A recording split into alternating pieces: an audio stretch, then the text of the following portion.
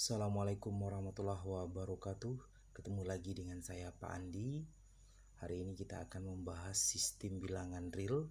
Ini adalah salah satu bagian materi di mata kuliah pengantar analisis real yang merupakan mata kuliah pada program studi pendidikan matematika atau matematika. Nah, sistem bilangan real merupakan suatu lapangan terurut lengkap. Jadi nanti kalau kita berbicara sistem bilangan real merupakan suatu lapangan terurut lengkap. Jadi ada 3 istilah di sini. Ada lapangan, ada urutan, ada lapangan, ada terurut, kemudian ada lengkap. Yang di dalamnya terdapat 2 operasi biner, yaitu penjumlahan dan perkalian. Jadi pada himpunan bilangan real terdapat 2 operasi yang kita sebut sebagai operasi biner yang dilambangkan dengan ini tambah dan titik gitu ya, tambah dan titik yang berturut-turut disebut penjumlahan, ini penjumlahan, dan ini perkalian, titik perkalian. Jadi secara sederhana dapat kita katakan bahwa ketika berbicara suatu sistem dalam himpunan bilangan real, dia merupakan sebuah lapangan gitu ya, lapangan terurut lengkap. Jadi ada 3 sifat utama dari bilangan real nanti: sifat lapangan, sifat urutan, dan sifat kelengkapan. Kita akan membahas satu persatu dari sifat-sifat ini. Yang pertama yang akan kita bahas adalah sifat lapangan bilangan real. Nanti akan ada 9 sifat utama dari sifat lapangan ini. Yang pertama, sifat lapangan bilangan real itu adalah sifat komutatif penjumlahan. Untuk semua A, B elemen R berlaku A tambah B sama dengan B tambah A. Sifat komutatif disebut juga dengan sifat pertukaran. Di dalam bilangan real itu berlaku sifat pertukaran penjumlahan gitu ya. Jadi 2 tambah 3 sama dengan 3 tambah 2. Oke, yang kedua sifat asosiatif penjumlahan. Untuk semua A, B, C elemen R berlaku A tambah B dikurung ditambah C sama dengan A tambah B tambah C.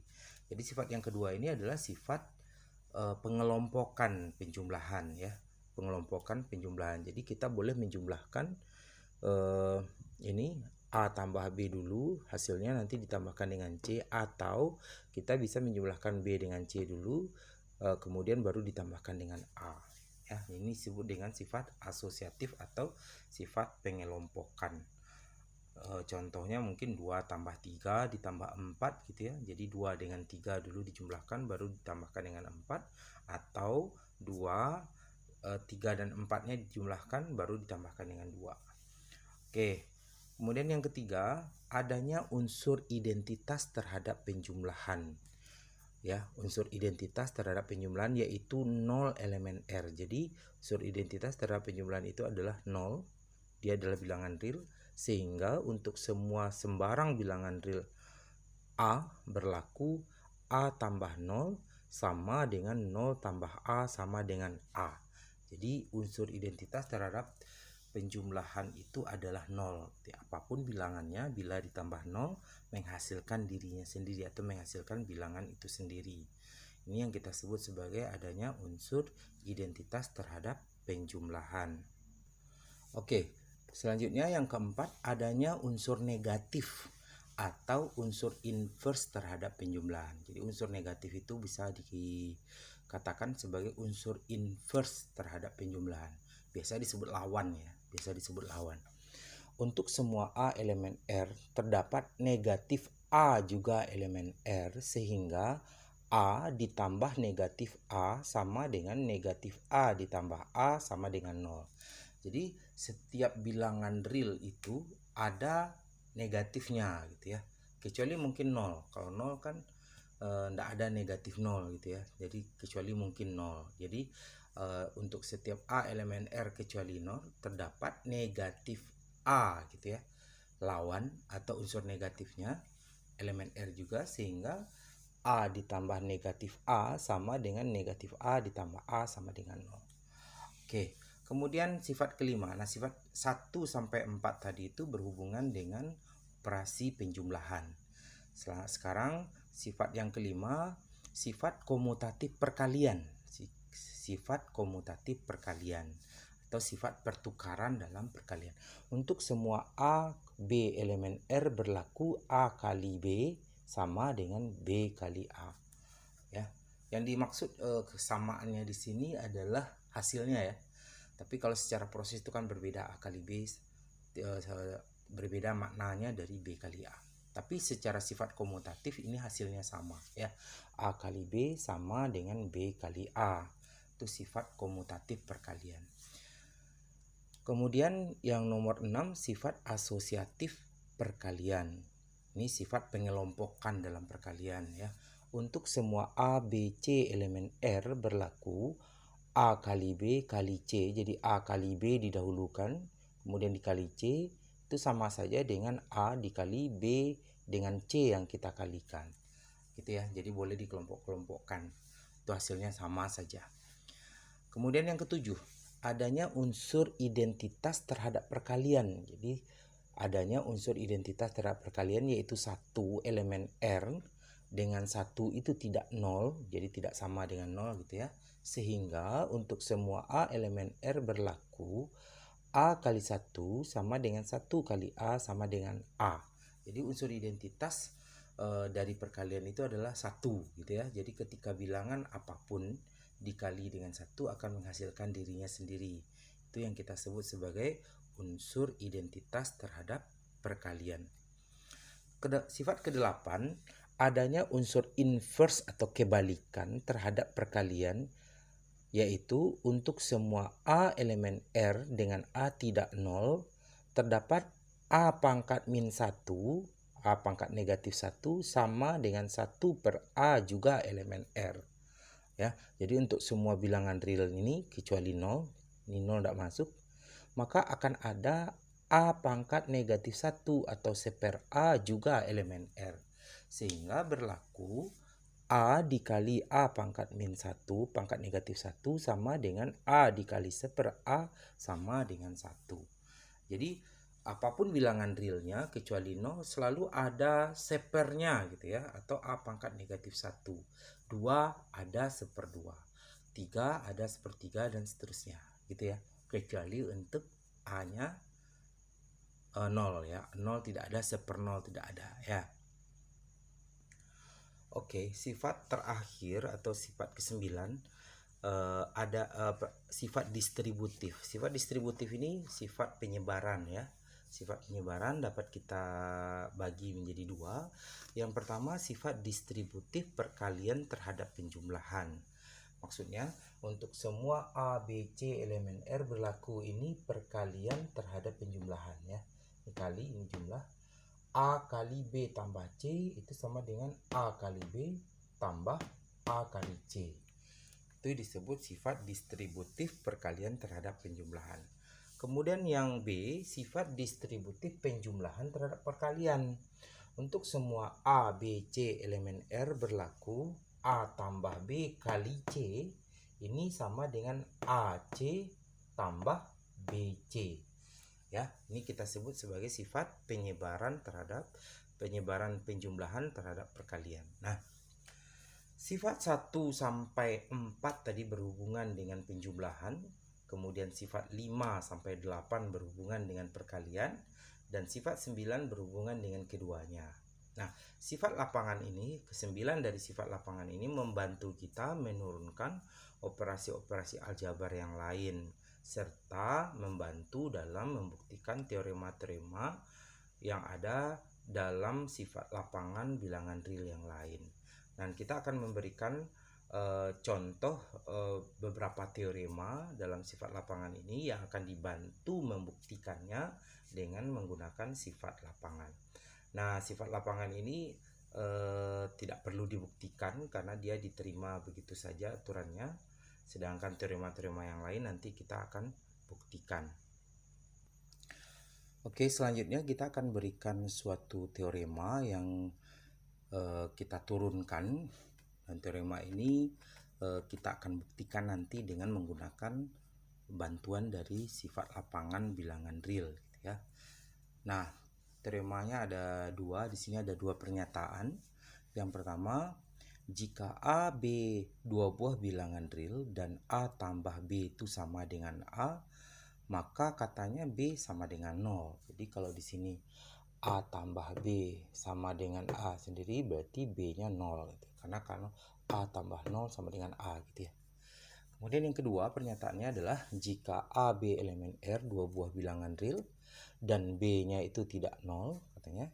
Sedemikian sehingga A kali B sama dengan B, maka A itu 1. Maka A-nya sama dengan 1. Kita akan membuktikan dua pernyataan ini, dua teorema ini dengan memanfaatkan sifat lapangan yang sudah kita pelajari tadi. Kita perhatikan, kita buktikan ya, bukti yang nomor 1 mungkin. Nah, yang pertama yang kita ketahui di sana adalah premisnya A dan B-nya bilangan real. Jadi kita tulis karena A dan B elemen R, karena A dan B bilangan real, menurut sifat 3 dan 4 tadi, menurut sifat lapangan L3 dan L4, tadi adanya unsur identitas terhadap penjumlahan gitu ya. Maka nah ada sifat lapangan 3 dan sifat lapangan 4 tadi, maka A tambah B sama dengan A tambah B sama dengan A ini dapat kita tulis kembali menjadi, kalau A dan B elemen R tentu sifat 3 tadi ada unsur identitas sekaligus ada unsur negatif gitu ya, ada unsur negatif. Berarti dapat kita tulis A tambah negatif A. Berarti karena A elemen R tentu ada min A juga elemen R ya. Min A elemen R tambah B ini sama dengan, berarti kedua ruas kita tambahkan dengan negatif A. A ditambah negatif A. Nah, ini A ditambah negatif A tadi adalah 0. Tambah B sama dengan 0. Sehingga ini kita dapatkan tadi sifat 4-nya ada unsur identitas itu tadi ya, L3 ya, sifat lapangannya 0 tambah B sama dengan 0 di sebelah sininya, berarti 0 tambah B adalah B ya.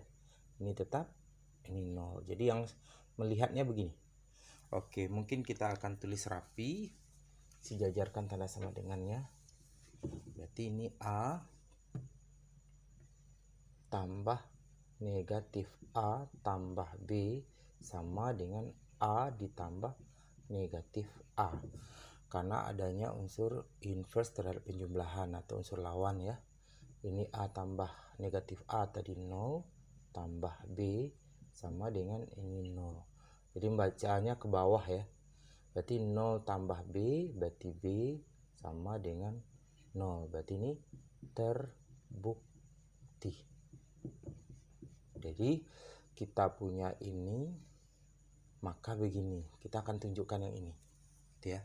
Jadi kalau kita punya A dan B elemen R dan A tambah B sama dengan A, maka B sama dengan 0, sehingga B sama dengan 0. Oke, dengan cara yang sama kita coba yang nomor 2. Karena A, B elemen R, karena A, B elemen R ya, karena A dan B elemen R berdasarkan sifat 7 dan 8 ya, menurut sifat lapangan 7 dan lapangan 8 tentu ada unsur inverse ya, ada unsur inverse dan ada unsur identitas. Nah, sehingga berdasarkan menurut sifat 7 dan 8 tadi kita tulis kembali, maka gitu ya, maka boleh A kali B sama dengan B, ini kita dapat tulis berarti A kali B kali 1 per B sama dengan B kali 1 per B. Ya, A elemen R dan B nya tidak 0 tadi ya. Kita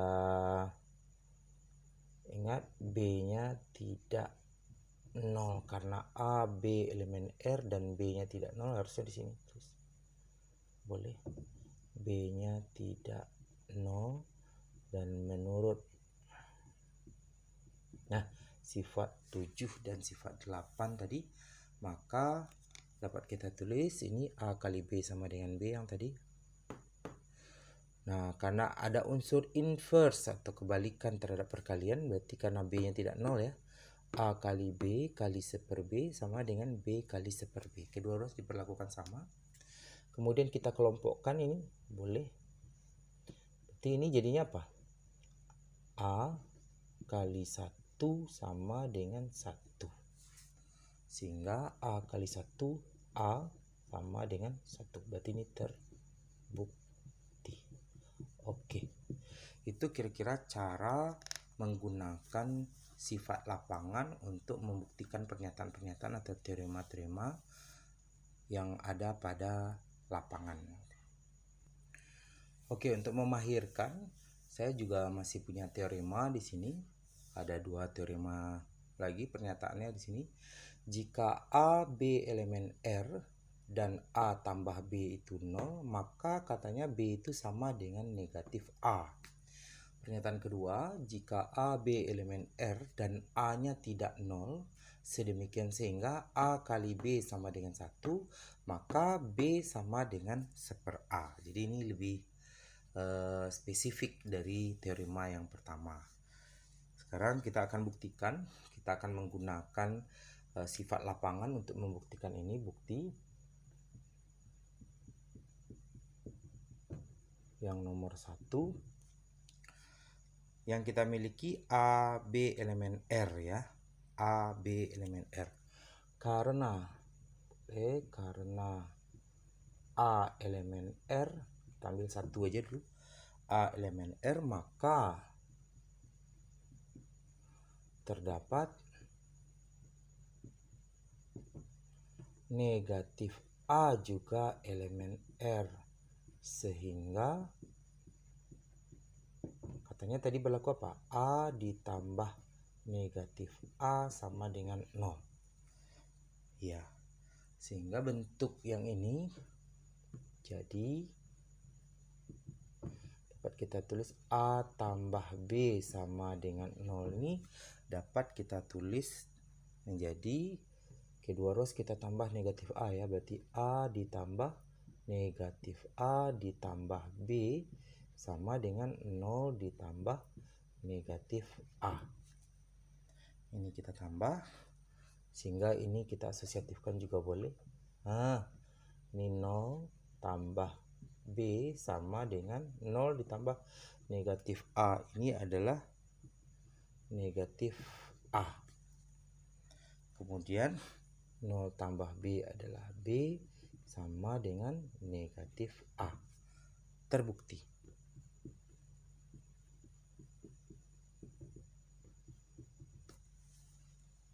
Itu pernyataan pertama. Sekarang pernyataan kedua.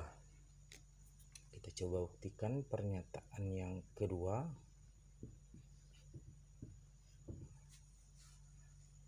Jika A, B elemen R dan A tidak 0, sedemikian sehingga A kali B sama dengan 1, maka B-nya 1 per A.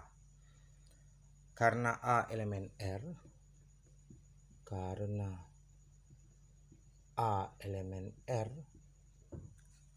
maka dan A tidak 0 ya, dan A tidak 0 dan A tidak 0, maka terdapat apa? Maka terdapat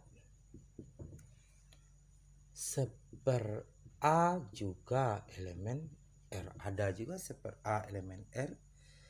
Sedemikian sehingga berlaku apa? Katanya tadi, sehingga A dikali 1 per A sama dengan 1 ya. Sama dengan 1. Sehingga dapat kita tulis ini. Jadi A kali B sama dengan 1. Oke, 2 ruas karena A-nya tidak 0, berarti ada A seper A elemen R, berarti A dikali seper A kali B sama dengan 1 kali seper A. Ini boleh kita asosiatifkan, berarti ini 1.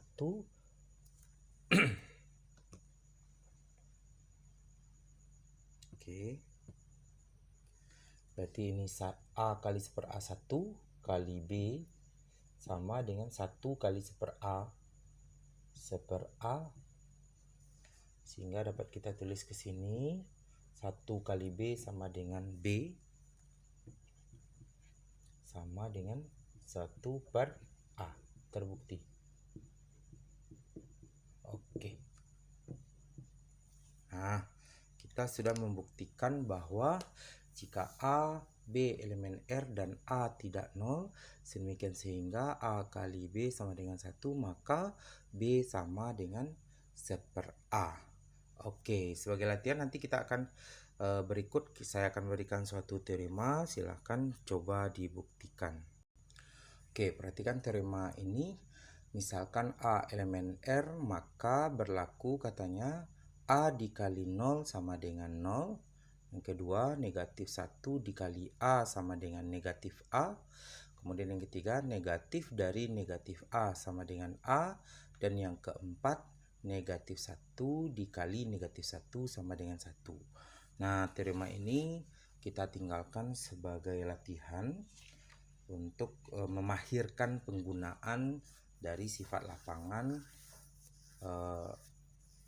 dan menghafal ya, untuk menghafal sifat lapangan yang 9 tadi. Jadi dihafal sekaligus dipakai gitu ya. Oke, berikutnya saya akan memberikan suatu teorema lagi seperti berikut ini. Oke, kita diberikan teorema berikut, katanya jika A, B, C elemen R, maka 1. Jika A tidak 0, maka seper A juga tidak 0. Dan 1 dibagi seper A sama dengan A. Ini mungkin sudah sering dipakai gitu ya. Kita akan coba buktikan pernyataan ini benar atau tidak. Kemudian yang kedua, jika A kali B sama dengan A kali C dan A itu tidak 0, maka B sama dengan C. Mungkin kebiasaan Anda mencoret gitu ya, yang sama. Sehingga kita dapatkan B sama dengan C. Pasti ada, sebenarnya ada syarat di sini. Kita akan buktikan pernyataan yang sudah sering kita pakai ini. Kemudian yang ketiga ini, jika A kali B sama dengan 0, maka A-nya 0 atau B-nya 0. Atau bahasa sederhananya begini, jika dua bilangan kita kalikan hasilnya 0, maka salah satu bilangan itu adalah 0 gitu ya. Jika A kali B sama dengan 0, maka A sama dengan 0 atau B sama dengan 0. Dan ini, yang ketiga ini paling sering digunakan dalam mencari akar persamaan kuadrat ya. Jadi ketika kita selesai memfaktorkan, maka nanti kita menggunakan teorema ini untuk mencari akar X1 dan X2-nya. Sekarang kita akan coba buktikan teorema ini dengan memanfaatkan sifat lapangan. Yang pertama, kita akan lihat buktinya. Kita akan buktikan bahwa katanya apa? Jika A tidak 0, maka seper A juga tidak 0. Dan 1 dibagi 1 per A sama dengan A. Kita akan membuktikan pernyataan ini. Nah, berdasarkan sifat lapangan apa yang kita punya? Jika A tidak 0, maka kalau tidak 0 maka seper A ada ya. Itu dari sifat lapangan. Karena A tidak 0, tentu seper A-nya ada. Andaikan, nah sekarang kita akan coba pakai kontradiksi ya. Andaikan kan seper A yang ada itu tadi sama dengan 0. kita andaikan karena tadi kan A nya tidak 0, maka kata kita seper A itu ada, ini dari sifat lapangan tadi. Kemudian yang ada itu apa? Kita andaikan dia 0 dulu. Kita andaikan dia 0, maka apa yang terjadi? Oke, maka tentu jadinya adalah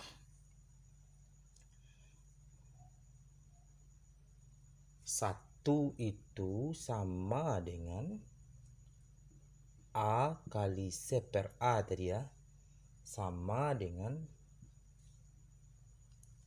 A kali 0. Ini kan seper A nya ini ganti kan 1, dapat kita tulis 1 sama dengan A kali seper A. Kemudian seper A yang ini kita ganti 0, berarti A kali 0 sama dengan A kali 0 adalah 0. Nah, coba lihat ujung dan ujungnya ini.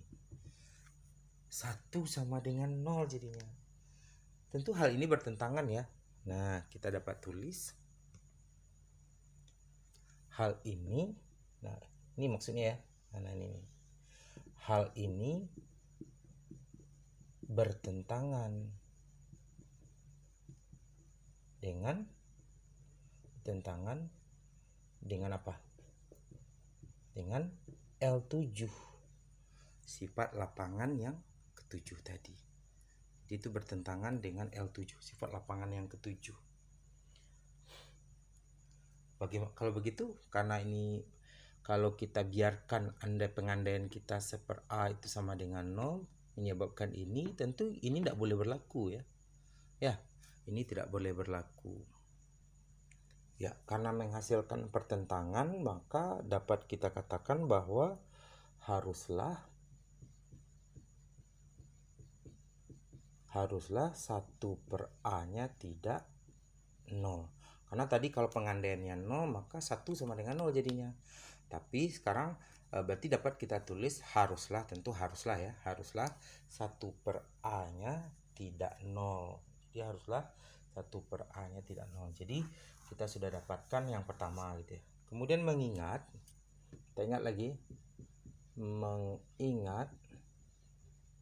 kalau 1 itu sama dengan A dikali seper A, karena 1 itu sama dengan A kali seper A,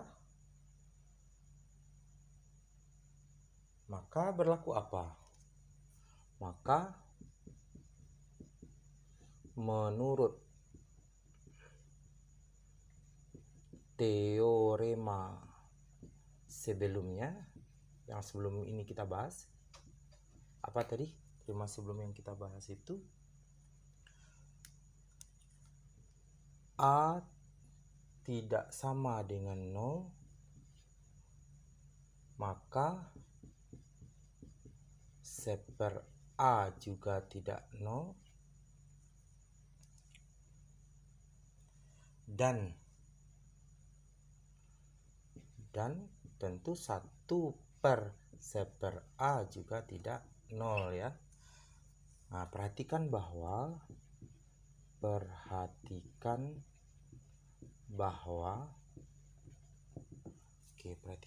apa?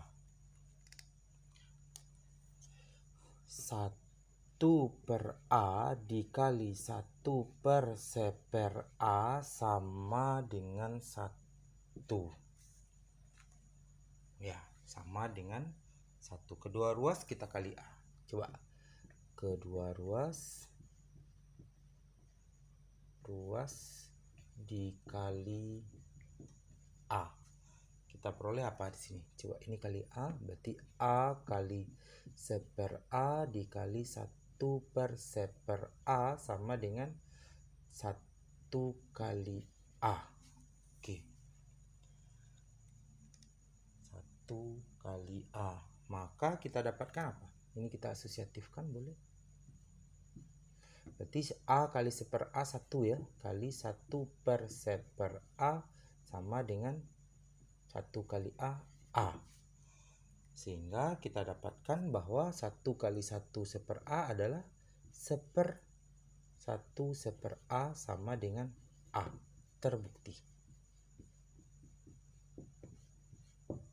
Oke. Nah, ini terbukti kalau 1 dibagi 1/A itu sama dengan A. Itu pernyataan pertama kita. Kita akan membuktikan pernyataan kedua lagi. Oke, yang kedua ini, jika A kali B sama dengan A kali C dan A tidak 0, maka B sama dengan C. Nah, kita buktikan yang kedua. Katanya A dan B karena A, B, C elemen R, kemudian A-nya tidak 0, A-nya tidak 0. A-nya tidak 0, maka apa? Karena A tidak 0, maka 1/A ada ya. Maka 1/A ada. Maka boleh kita tulis maka di sini.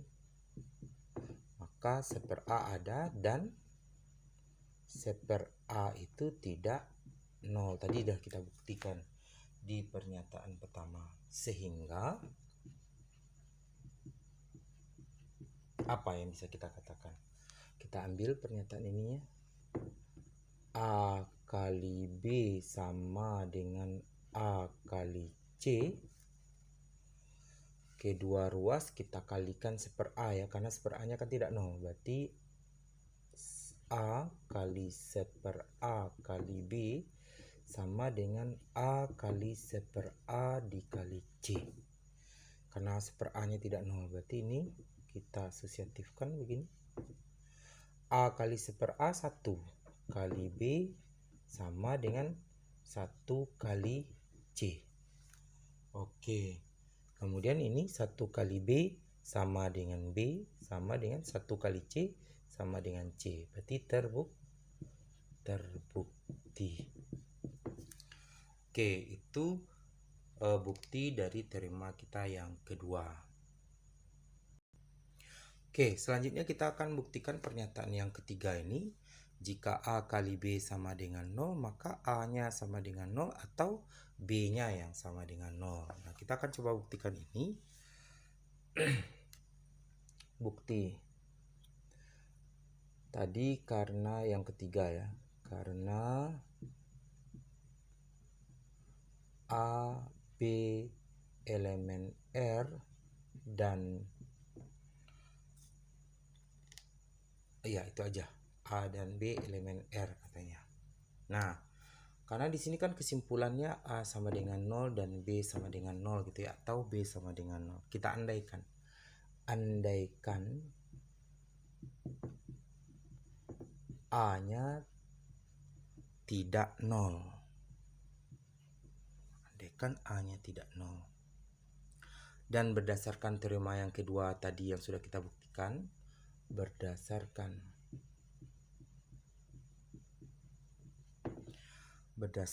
teorema kedua, teorema di atas, apa katanya di atas, yang kedua ini maksudnya ya, A kali B sama dengan A kali C, maka B sama dengan C katanya, maka B sama dengan C. Itu teorema tadi yang ini ya. Oke. Maka diperoleh apa?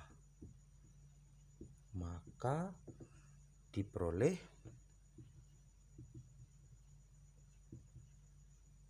B sama dengan 0. Ya enggak? Maka diperoleh B sama dengan 0. Jadi kalau A-nya, andaikan A-nya tidak 0, tentu B-nya yang 0 gitu ya. Kalau A-nya tidak 0, tentu B-nya, berarti yang ini yang berlaku. Ya.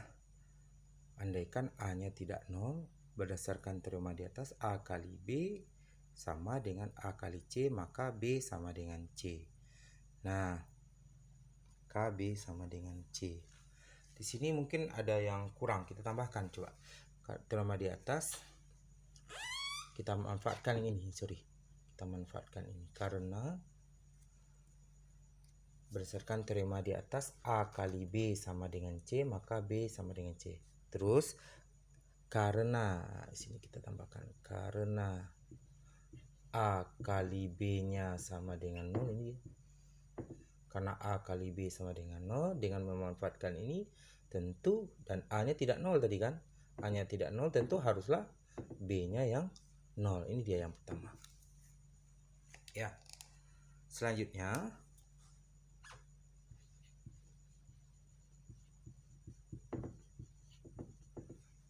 ya, misalkan B-nya yang tidak 0. Kalau B-nya tidak 0, tentu harus A-nya yang 0 ya. Oke, sekarang misalkan B-nya tidak 0.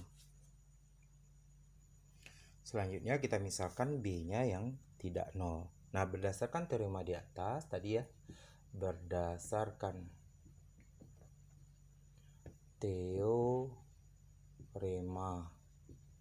di atas. Nah, tadi apa kata teoremanya? A kali B sama dengan A kali C, maka B sama dengan C. Nah, B sama dengan C. Nah, karena A kali B sama dengan 0, maka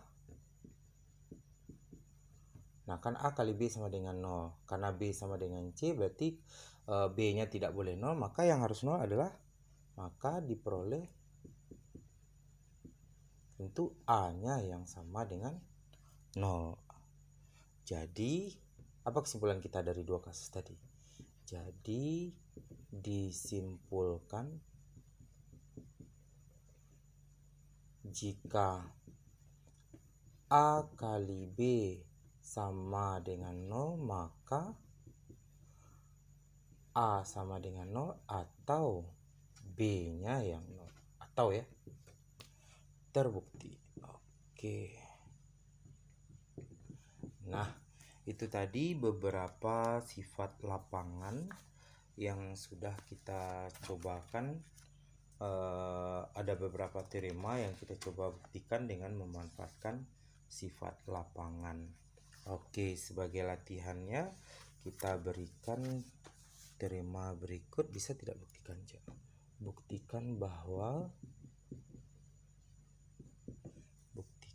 jika A elemen R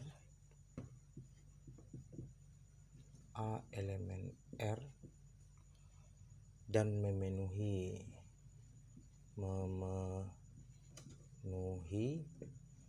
A kali A sama dengan A,